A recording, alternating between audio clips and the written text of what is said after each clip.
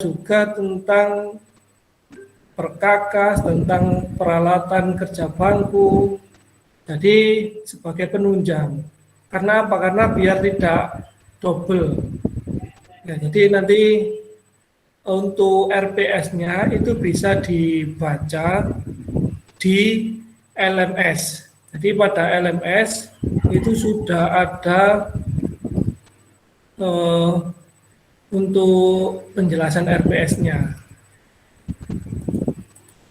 Kemudian untuk hari ini akan kami jelaskan ya. Jadi sebelum ke materi, jadi pada praktek sheet metal teori ini itu kita adalah tim teaching. Untuk pengajarnya yaitu Pak Subagio Soim dan saya Muhammad Karim Al-Amin. Jadi ada dua. Jadi nanti kalau mau membuat grup, boleh membuat grup kelas ini. Kalau tidak ya tidak apa-apa. Nanti bisa perwakilan Komting Jabri ke saya atau Pak Bagio menanyakan tentang materi ini. Ya, jadi kalian bisa diskusi kapanpun, terutama kalau sesuai jam mata kuliah ini ya. Jadi usahakan saat mengakses materinya itu sesuai dengan jam kuliah. Di situ kalau ada kendala silakan ditanyakan ke kami. Nanti kalau sesuai jadwalnya insya Allah kami pas respon ya. Nanti kalau nggak sesuai jadwalnya ya kita sesuaikan dengan kesibukan kami. Tapi kami usahakan tetap akan kami balas. Seperti itu. Ada yang ingin ditanyakan atau Pak Bagio mungkin? Saya sudah Pak Karim, monggo tadi sudah tak mulai. Oke, monggo dilanjut aja Pak Karim. Oh siap. Oke, bentar Pak ya, saya izin share screen.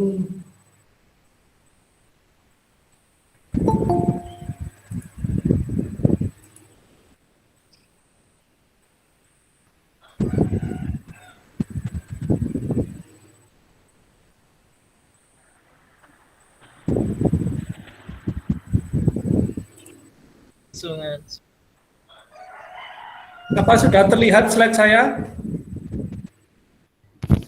Sudah Pak. Sudah Pak. Sudah ya.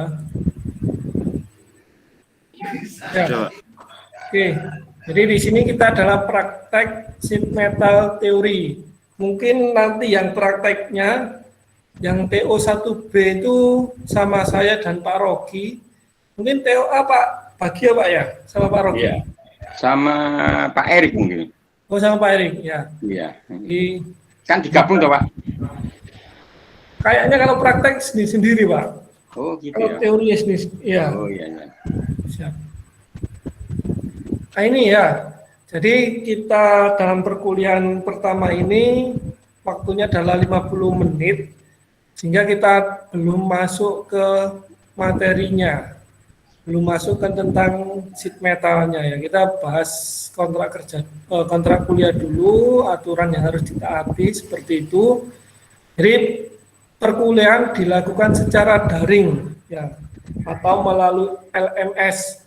Jadi semua perkuliahan yang teori ini itu dilakukan secara daring dalam jaringan yaitu melalui LMS. Materi, daily assessment dan tugas semuanya menggunakan LMS. Jadi pastikan kalian aktif membuka LMS. Kemudian materi dan DA dapat diakses hingga selesai evaluasi akhir semester.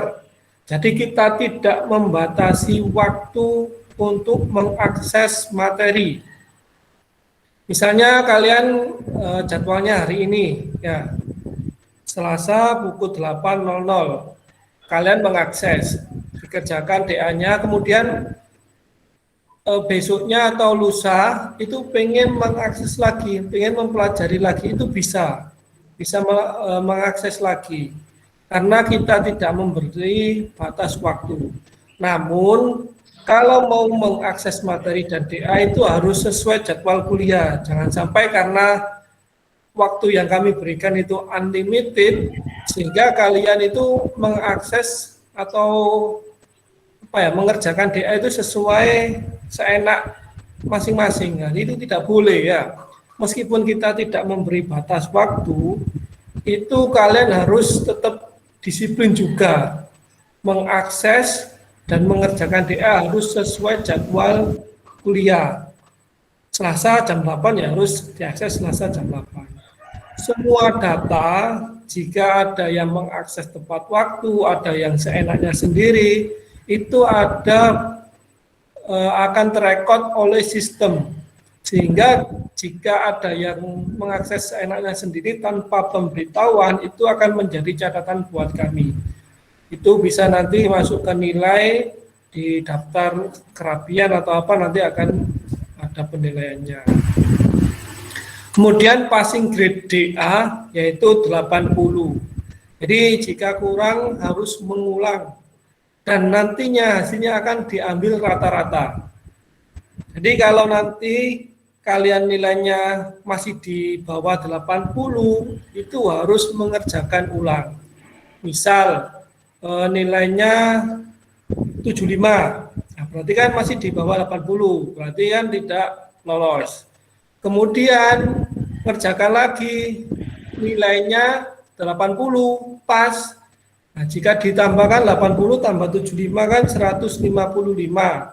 Itu kalau dirata-ratakan 77,5, masih kurang 2,5, berarti kan masih belum di atas 80. Nah, sehingga itu harus mengerjakan ulang sehingga minimal rata-ratanya itu 80. Jika pertama kali ngerjakan langsung di atas 80, nah berarti sudah oke, sudah tidak perlu mengerjakan lagi. Kenapa kok harus di atas 80? Karena kalau kalian di bawah 80, materi minggu selanjutnya itu tidak dapat diakses atau tidak dapat mengerjakan DA pada materi selanjutnya. Karena apa? Karena di materi yang minggu selanjutnya itu kita atur bahwa dia harus lulus di kuis atau DA di minggu sebelumnya. Kenapa seperti itu? Karena biar mahasiswa itu rajin, disiplin, sesuai tepat waktu seperti itu ya. Kemudian kita kadang-kadang itu juga melakukan virtual meeting bisa melalui Google Meet atau Zoom. Nah, di sini kadang kita sebagai pengajar tidak memberitahu. Kenapa? Karena biar mereka itu bersiap dan mengakses tepat waktu. Nah, nanti kan akan kelihatan siapa yang tidak membuka LMS, pasti kalau ada Google Meet atau Zoom, dia tidak akan join. Seperti itu. Kemudian saat Google Meet seperti ini, saya harapkan semuanya berpakaian rapi ya. Minimal kemeja berkerah, seperti itu. Jadi jangan sampai menggunakan kaos. Kemudian materinya yang akan kita bahas itu ada keselamatan kerja, alat-alat penandaan, alat pengukuran, alat potong, alat pencekam, kemudian proses pembentukan, kemudian proses bending, potong, drilling, nah, nanti seperti itu. Nanti lebih lengkapnya dapat dilihat di RPS. Terima kasih, itu mungkin dari saya. Silakan ini didiskusikan jika ada yang kurang dimengerti. Pagi-pagi harus semangat ya, mahasiswa baru ini masih new, semangat baru, masih wawasan kebangsaan masih beberapa minggu kemarin. Nah, biasanya itu semangatnya tinggi-tinggi ini. Silakan. Jika ada yang ingin didiskusikan atau tanyakan apapun boleh. Izin bertanya, Pak. Ya. Perkenalkan, saya Dwi Agustiono dari TO 1A. Siap. Untuk praktek sheet metal sama K3 itu sama apa enggak, Pak? Praktek sheet metal sama K3. Oke, keselamatan kerja. Kan Bapak materinya ada keselamatan kerjanya gitu. Apa sama apa enggak, Pak? Ya, baik. Terima kasih atas Oke, pertanyaannya. terima kasih. Jadi tadi kan dijelaskan bahwa ada materi keselamatan dan kesehatan kerja ya, atau K3. Jadi K3 itu kan sangat umum ya. Nah, nanti ada namanya itu K3 radiasi, K3 non radiasi, K3 pada konstruksi, K3 kebakaran, K3 migas. Nah, itu kan bermacam-macam. Dan setiap proses atau setiap kegiatan itu pasti ada K3-nya. Jangankan kita secara offline, ya, kadang daring aja itu ada safety induction-nya atau pengantar K3-nya. Bagaimana cara duduk. Nah, kalau di P3NS kan kemarin sebelum itu kan ditayangkan. Nah, cara duduk, kemudian kalau bisa pakai kacamata radiasi, mandi dulu sebelum praktek, ya, sebelum kuliah, biar semangat, kan seperti itu. Nah, sama seperti itu. Jadi di materi awal besok itu kita ada penjelasan tentang materi K3. Kira-kira saat praktek sheet metal dengan alat-alat seperti mesin cutting hidrolik, ya, cutting hidrolik itu yang menggunakan hidrolik untuk proses pemotongannya, kemudian ada benda yang tajam. Nah, itu cara menanggulangi atau mencegah biar tidak terjadi kecelakaan itu seperti apa. Itu ada di materi K3 tersebut. Jadi di materi K3 yang akan kita berikan nanti itu adalah salah satu rangkaian materi yang nanti itu termasuk dalam materi di sheet metal. Nah, itu salah satu subtopik atau subbahasan dari praktek sheet metal itu. Seperti itu. Jadi bukan mata kuliah tersendiri ya, tapi adalah salah satu subpokok bahasa. Tuh. Mungkin nanti ada materi K3 sendiri, mata kuliah K3 sendiri biasanya itu setiap kelas. Bagaimana? Dimengerti atau silakan jika ada yang ingin tanyakan lagi. Iya Pak, siap dimengerti. Terima kasih Pak. Ya, sama-sama. Silakan. Permisi Pak, saya Raivalita dari kelas TO 1B. Izin bertanya, tadi kan materi sama daily activity itu boleh diakses sesuai jadwal kuliah. Ya. Itu 24 jam atau cuman waktu matkul itu aja Pak? Jadi, ya terima kasih atas pertanyaannya. Untuk materi dan daily assessment atau DA, itu bisa diakses, misalnya saya upload hari ini. Nah, itu bisa diakses hingga nanti UAS atau IAS, evaluasi akhir semester. Namun, ya, karena kan kita sudah diatur jadwalnya, ya tetap dikerjakan sesuai dengan jadwal kuliah, meskipun Anda ada kelonggaran dapat menundanya hingga besok, lusa, hingga akhir semester. Ya. Kenapa seperti itu kita beri batas hingga akhir semester atau unlimited? Karena kan kita tidak tahu koneksi Anda seperti apa. Ya.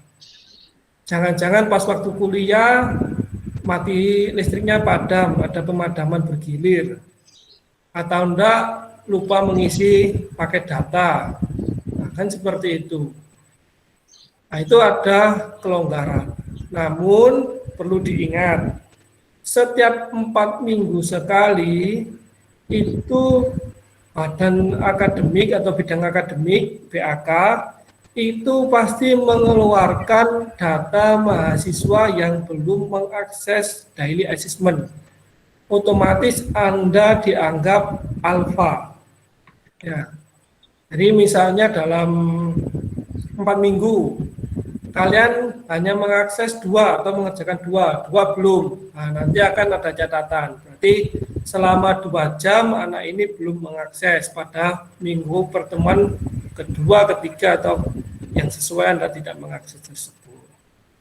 Dan nanti kalau daftar hadirnya atau kehadirannya itu kurang dari 80%, itu nanti tidak diperkenankan ikut ITS, evaluasi tengah semester.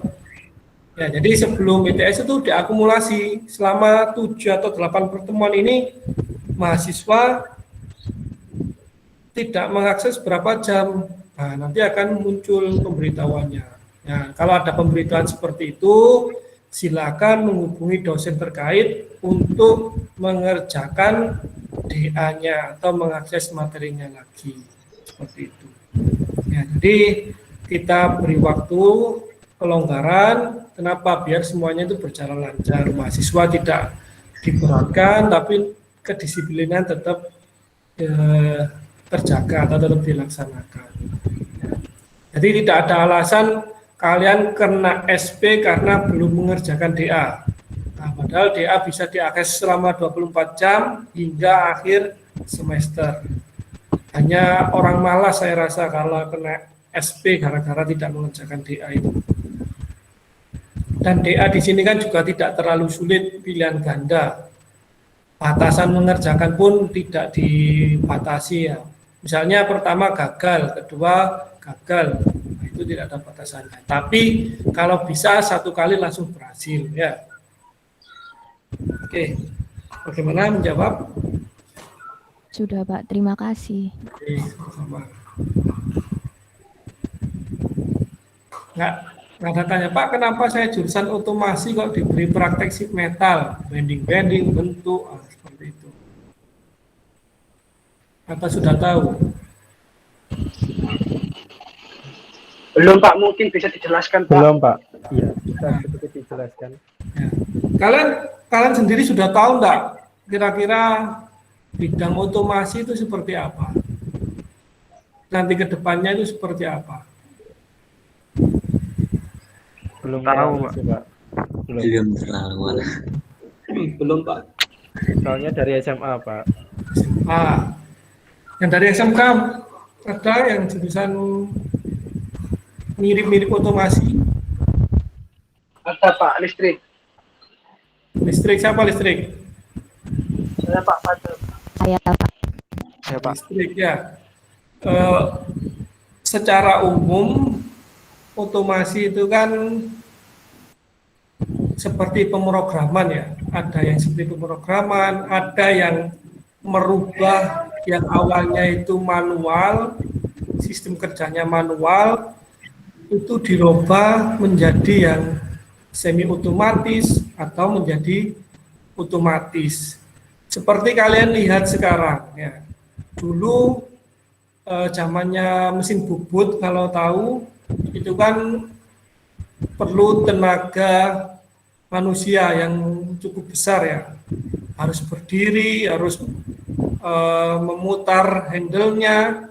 Coba kita lihat sekarang, ada sudah namanya mesin CNC. Nah, sudah dengan memasukkan program, nanti itu akan menghasilkan produk dan proses kerjanya itu sudah otomatis. Nah, kemudian seperti palang pintu di tol, ya, itu kan juga otomatisasi. Dulu awalnya harus manusia, uang cash, akhirnya antri berkepanjangan ya saat masuk tol. Kemudian sekarang tinggal nempelkan kartu, palang pintu buka, kita lewat tanpa memberikan kembalian. Hampir tidak terjadi antrian. Nah, itu kan salah satu proses otomasi. Dari sini di sheet metal, proses sheet metal itu kan juga masih banyak tentang alat kerjanya itu yang juga masih manual. Nah, di sana kalian akan mempelajari peralatan teknik yang secara manual itu seperti ini. Di sana kan pasti akan berpikir, bagaimana ya cara mengotomatisasinya, biar ini pekerjaan lebih efisien, efektif, dan akurasinya itu dapat tercapai. Sekarang tenaga manusia dan tenaga mesin, ya kalau ngerjakan, kira-kira akurasinya lebih tinggi mana? Mesin atau manusia? Mesin Pak. Mesin, Pak. Rata-rata kan kalau mesin sudah disetting, sudah tepat, benar, kan kemungkinan presisi. Kalau manusia masih kadang ada errornya. Ya meskipun ada beberapa yang masih belum bisa dikerjakan oleh mesin. Nah, disitulah kita perlu belajar materi dasar tentang sheet metal, sehingga kita tahu peralatan-peralatan yang manual itu seperti apa, sebelum nanti kita menggunakan peralatan yang otomatis. Dan oleh karena itu kan diberikan di semester dasar atau semester 1, sehingga dasar-dasar manualnya paham, kemudian yang otomatis atau oleh mesinnya juga mengerti. Nah, jadi semuanya itu tahu seperti itu. Kemudian part-part dari robot, dari mesin-mesin yang otomatis itu kan juga perlu material perlu pembuatan bentuknya, bendingnya. Kalian tahu robot ya? Atau ya robot kan sebagian itu rangkanya itu kan terbuat dari plat-plat tipis, dari material aluminium, besi, baja, kemudian stainless. Nah itu kan juga dari plat-plat tipis kan perlu pembentukan. Masa cuma dibentuk lurus saja gitu robotnya? Kan enggak dong. Kan ada lengkungan bendingnya sesuai dengan desain. Nah itu di sheet metal ini juga kita belajar tentang pembentukan tersebut, menghitung kebutuhan materialnya. Kalau dimensi seperti kita membuat kubus ya, atau tabung. Nah itu kan kita harus tahu selimutnya, luas selimutnya, sehingga kita akan tahu kebutuhan dari tabung tersebut itu berapa keseluruhannya. Nah sama seperti itu, kita membuat rangka mobil. Ya, mobil kan badannya itu bodinya kan dari plat tipis juga. Nah, kalau kita nggak tahu kebutuhan materialnya kan kita juga nggak bisa menjadi estimator. Kalau kalian kemarin mengikuti P3NS, otomasi kan ada yang kerja di Daihatsu ya, Daihatsu Astra. Nah, itu kan bagian juga dari otomatisasi. Nah, itu adalah dasar-dasarnya seperti itu. Jadi nanti jika kita penyampaiannya ada yang belum paham, silakan dikomunikasikan. Ya, tanya aja gratis. Yang penting tidak saat ujian, ya saat ujian gantian. Kami sebagai pengajar yang bertanya. Silakan. Jika ada yang didiskusikan lagi, Pak saya dari SMA, gimana Pak? Atau SMA sudah punya basic, ikut tetangganya bengkel, ikut tetangganya kerja sampingan Pak, saya Pak di bengkel las atau di bengkel konstruksi. Pak saya dari Madarasa Alia Negeri. Ya. Jadi jangan khawatir, kita di PPNS itu juga basicnya apapun. Misalnya Anda dari MAN, dari SMA, SMK, nanti dasar dari pengetahuan yang akan kami sampaikan itu sama semua, ya, mulai dari basic. Nah, karena apa? Karena target learning outcome-nya atau kompetensi nanti saat lulus itu diharapkan sama semua, sesuai minimum dari kompetensi yang ada di kurikulum. Namun dari semua itu juga ada faktor-faktor lain yang banyak menentukan, seperti rasa ingin tahu kalian, tanggung jawab kalian, kedisiplinan, itu juga akan berpengaruh di akhir nanti. Nah, jadi nanti kalau di akhir kalian mendapatkan ilmu yang berbeda, itu juga ada faktor dari masing-masing individu. Ada yang dijelaskan langsung mengaplikasikan, langsung mencari tahu lebih dalam, ada yang menunda dulu, ada yang mau rebahan dulu, ngegame dulu, macam-macam. Nah, nanti akan kembali lagi ke individu. Untuk job sheet-nya ya nanti dijelaskan saat di pertemuan praktek ya. Ini kan teori. Nah, teori kita pengantar, kemudian penjelasan sedikit tadi, kemudian diskusi di sini. Untuk masing-masing detail job sheet-nya nanti kita jelaskan di praktek dari sheet metalnya. Di situ kan ada waktunya 3 jam, kalau di sini kan cuma 50 menit. Nanti sampai job sheet 1 sudah selesai. Ini saja sudah kurang 10 menit. Ya, kalian kan pasti ada kuliah lagi. 8.50. Silakan jika ingin didiskusikan. Pak, mohon izin bertanya. Ya, Saya Arjun Boy Trisanto dari kelas TO 1B. Untuk praktek sheet metal nanti pengaplikasiannya menggunakan apa ya, Pak? Seperti apa? Terima kasih. job sheet-nya atau alatnya. Maksudnya kayak alat-alatnya, Pak, mungkin, atau mungkin digital, mungkin menggunakan laptop saja, atau mungkin dengan yang lain, Pak? Oke, terima kasih. Kalau kita kan prakteknya secara daring ya, secara daring sehingga kita sementara menggunakan laptop dan kemungkinan nanti akan kita mintai berupa tugas yaitu membuat produknya namun dari kertas karton. Ya. Kalau kita praktek di bengkel kan kita ada plat, disediakan plat dengan tebal 1 mili, ya 1 sampai 2 mili. Makanya dinamakan praktek sheet metal. Kalau namanya sheet itu di tebalnya itu di bawah 3 mili, itu namanya praktek sheet metal. Kalau sudah di atas 3 atau di atas 5 itu namanya praktek fabrikasi. Jadi kemungkinan kita menggunakan laptop. Kalau ada penunjangnya itu berupa jangka, penggaris, kemudian alat tulis, kemudian bisa kertas karton atau buku gambar A3. Ya.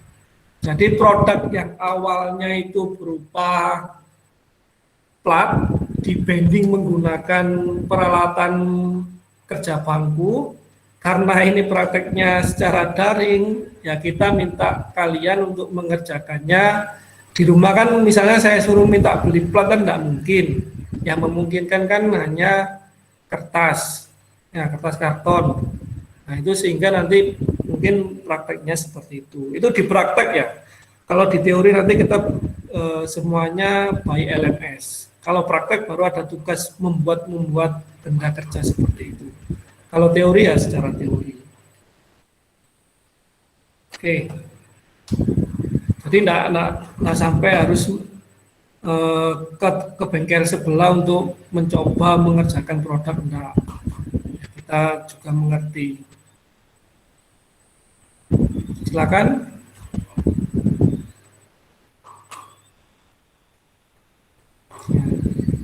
Di sini ada yang sering mengalami kendala internet, mungkin yang rumahnya sedikit masuk ke hutan. Saya Pak. Ahmad Nanda, rumahnya mana? Gresik Pak. Gresik mana kok sampai kendala internet itu? Kramat Pak. Kramat. Kramat itu daerah mana kecamatannya? Kecamatan Kramat. Kecamatan Duduk, lurus ke utara terus Pak. Duduk Gresik itu. Iya. Masa koneksinya kurang bagus? Iya Pak. Di sini kurang. Satu yang bisa dijangkau cuma Telkomsel Pak. Selain itu nggak bisa Pak. Ya berarti pakai Telkomsel ya. Tapi mahal Pak. Kan ada bantuan kuota dari Kemendikbud. Nah itu data yang diisikan di PDDikti itu yang nomor Telkomsel. Nanti biasanya ada dapat bantuan selama 3 atau 4 bulan Ibu. Ya. Nah, jadi datanya diperbarui seperti itu. Terima kasih Pak. Ya sama-sama. Kalau Gresik masih terjangkau lah. Sepeda motoran 5-10 menit sudah sampai kota itu. Silakan yang lain. Yang luar pulau, tapi bukan Pulau Madura ya. Madura kan masih Jawa. Ada yang dari Kalimantan?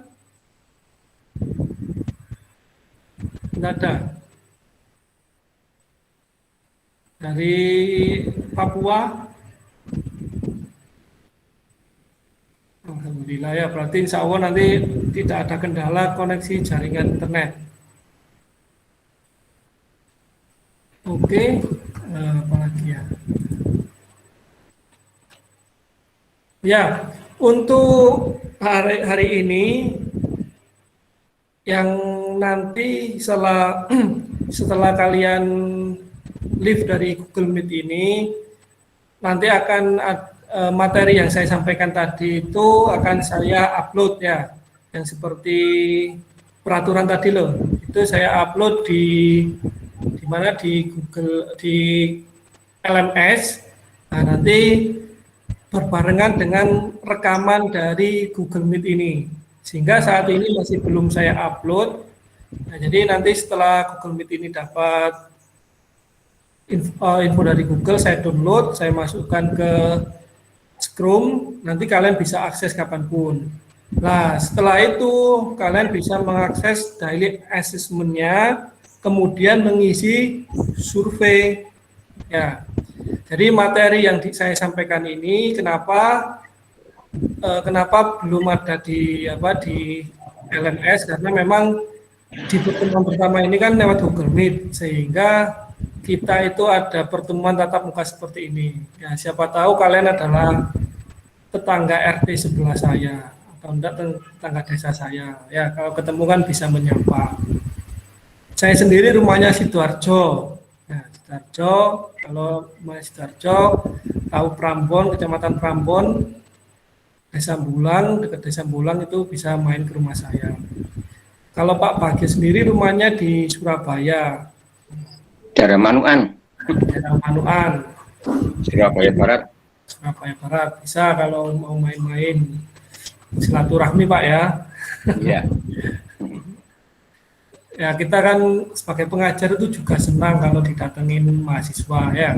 Kalau dulu luring kan kita sering komunikasi tatap muka, sehingga chemistry antara pengajar dan mahasiswa itu lebih terbentuk, sehingga komunikasi belajar mengajarnya itu juga saya rasa lebih efektif.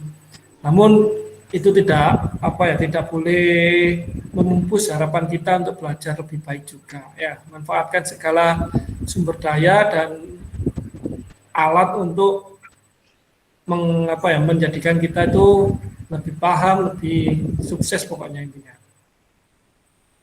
Baik. Ada yang rumahnya di daerah Manuan? Siapa Pak?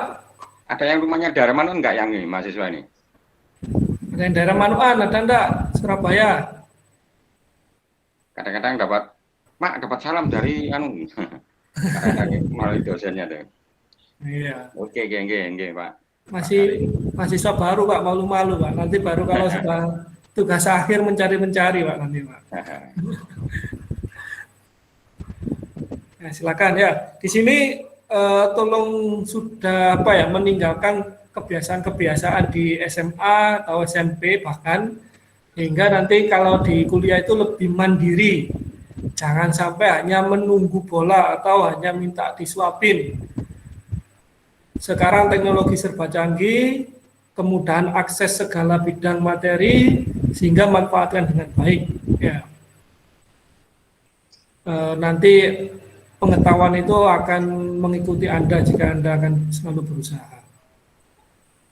Silakan, ada yang tanyakan lagi karena waktunya kurang 4 menit, karena ada kuliah lagi. Ya, saya juga ada jadwal 8.50. Kalian pasti saya rasa juga ada jadwal.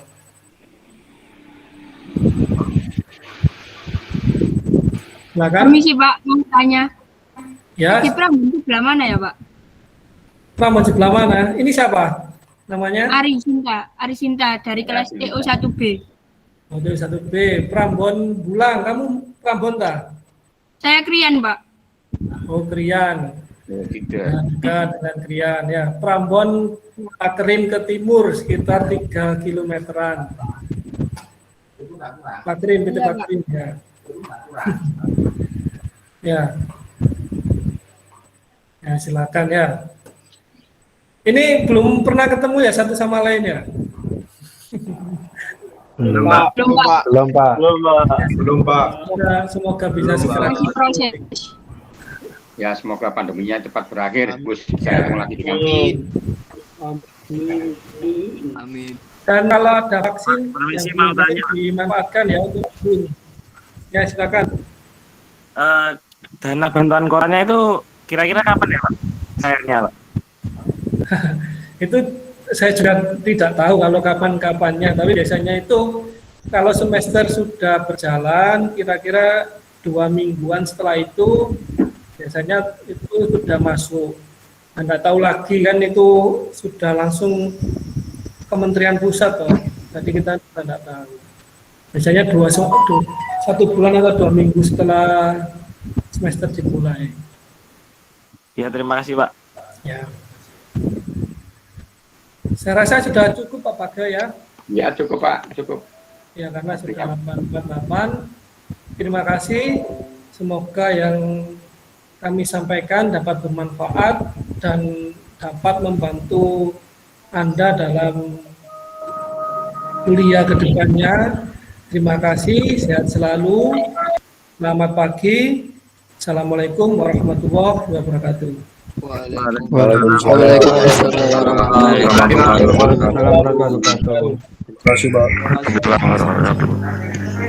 Terima kasih Pak atas penyampaiannya. Terima kasih Pak. Ya, terima kasih Pak. Izin pamit. Assalamualaikum.